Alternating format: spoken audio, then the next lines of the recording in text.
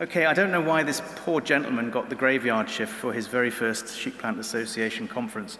We normally see a colleague of his, but it's a brief overview of what's happening in the R&D situation right now. So can we have a big round of applause for his first appearance, Andrew Royce from Keen Partners. Thank you.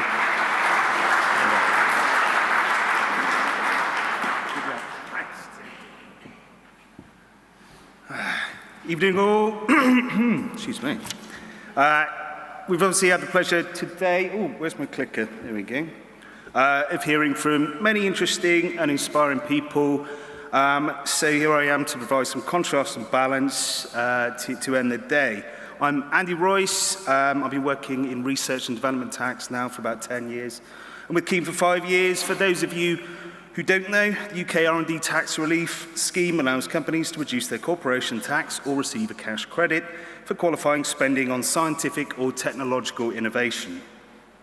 We've obviously had the pleasure at Keen of working with many of you within this room and hearing about the great projects you've done over the years. I'm just here today not to go through a huge amount of detail because I know everyone's keen to get off to the bar.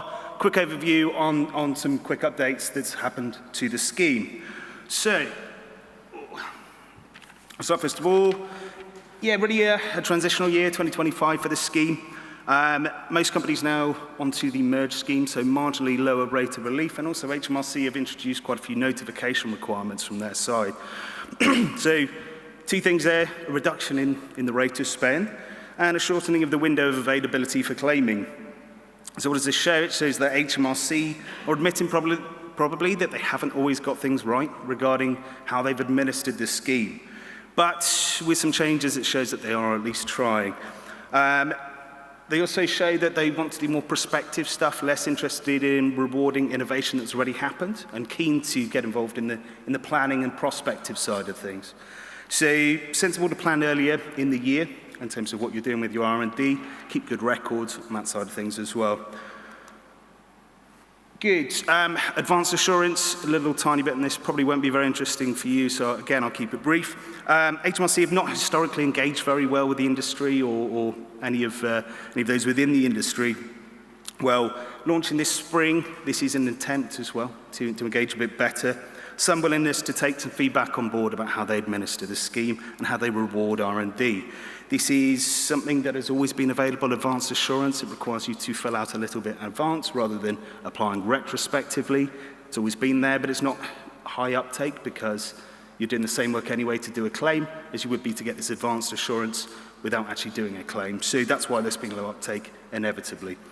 We'll see how it pans out, but it's a good opportunity again. It just shows that HMRC are taking on a bit of feedback about what people are interested in, getting a bit more certainty in some of the really difficult niche areas, which has been sort of overseas expenditure there, subcontracted R&D, that sort of thing. Look, overall, might be helpful, but hopefully bringing a bit of certainty and predictability. We've talked about how important that is for businesses, so really super important that that happens for this industry too. Finally, not finally, sorry. One more after this. Contracted out R&D.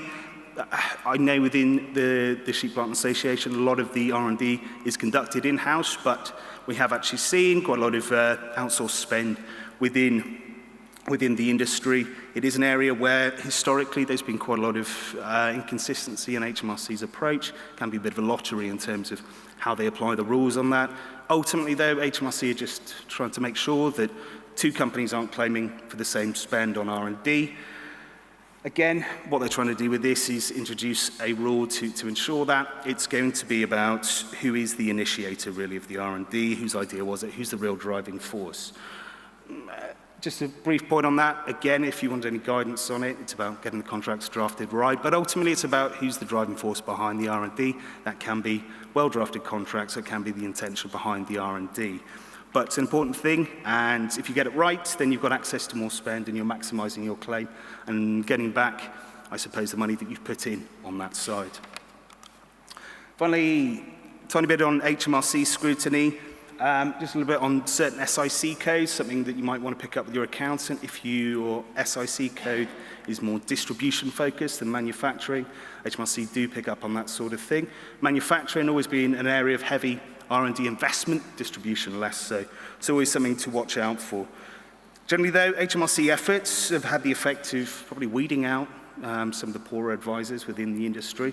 So now we're trying to see the post that side of things. Has been a time of change, but also HMRC's slow and unengaged approach probably has put off some really valid claims.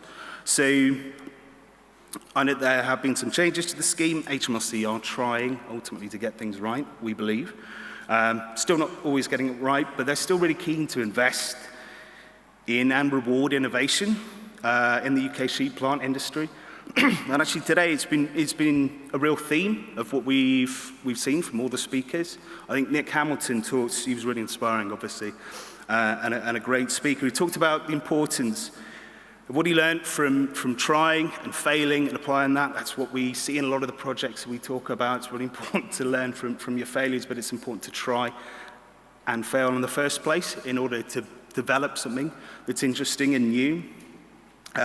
Max Kirk, he talked about living life on the edge, I think he said. It's important also to take risks within your R&D side of things. You're not going to be able to push forward the boundaries of what knowledge and capability is able to achieve within your industry without taking a tiny bit of risk. And ultimately, that's what the government wants to reward with this as well. Ben Edwards talked about, well, he's an inspiration when it comes to innovation.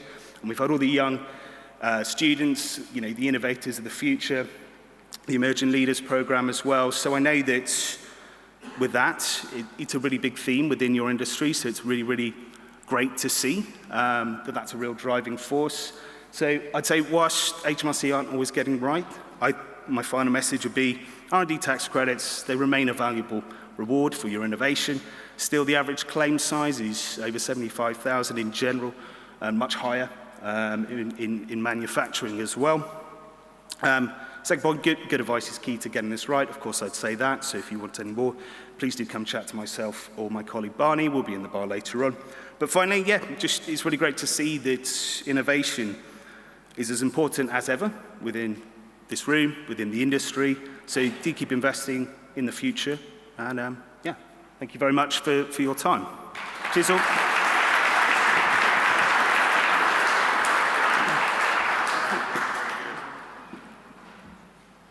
Very good for your first time, Andrew. Well done. And you made up a little bit of time. Well done. It's just flashed this very second time up, so you might win the prize.